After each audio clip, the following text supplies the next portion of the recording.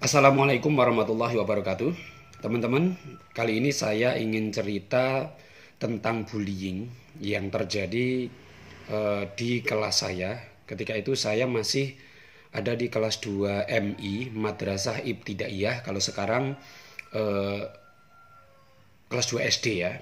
Kalau kelas 2 SD. Sebelumnya mohon maaf, cerita ini bukan berarti saya mengungkit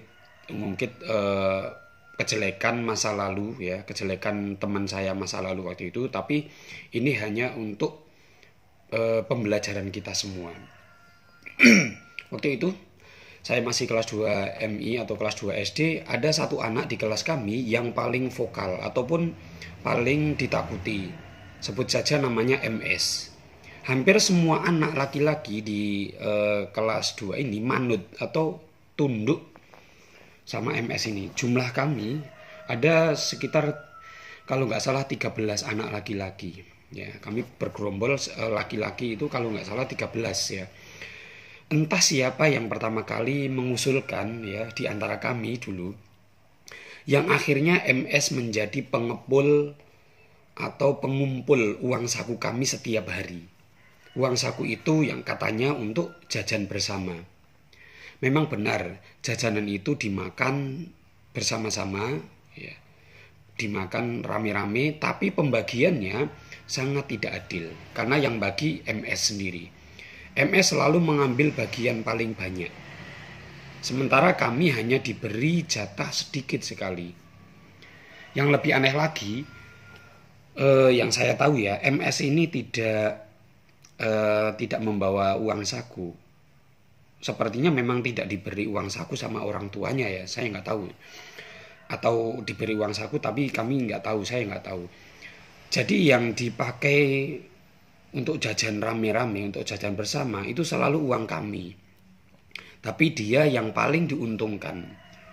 Uang saku kala itu ya, kalau nggak salah tahun 2000, tahun 1993, 93 atau 94 ya. Waktu itu saya uang sakunya 100 rupiah. Ada teman saya yang juga uang sakunya 50 rupiah. Bahkan ada teman saya yang lainnya uang sakunya 25 rupiah. Itu tahun 93 atau 94 ya. Itu di desa ya, bukan di kota. Dan ternyata tidak berhenti sampai situ. Sejak saat itu setiap pulang sekolah kami dipalak. Diminta secara paksa dengan ancaman. Setelah bel pulang sekolah berbunyi, kami keluar kelas, MS selalu menghadang sambil menghampiri kami satu persatu. Sesuk nggawa 100, sesuk nggawa 100, sesuk nggawa 50, sesuk nggawa 20. Itu bilang ke kami, besok kamu bawa 100, besok kamu bawa uang 50 rupiah. Besok kamu bawa uang 25 rupiah. Nah, itu hampir setiap hari seperti itu. Ia sudah hafal siapa yang uang sakunya lebih besar dan otomatis dipalaknya, dimintainya lebih banyak. Rasanya betul-betul tidak nyaman. Sama sekali tidak nyaman. Karena sekolah pulang zuhur tapi kita tidak ada uang jajan gitu ya.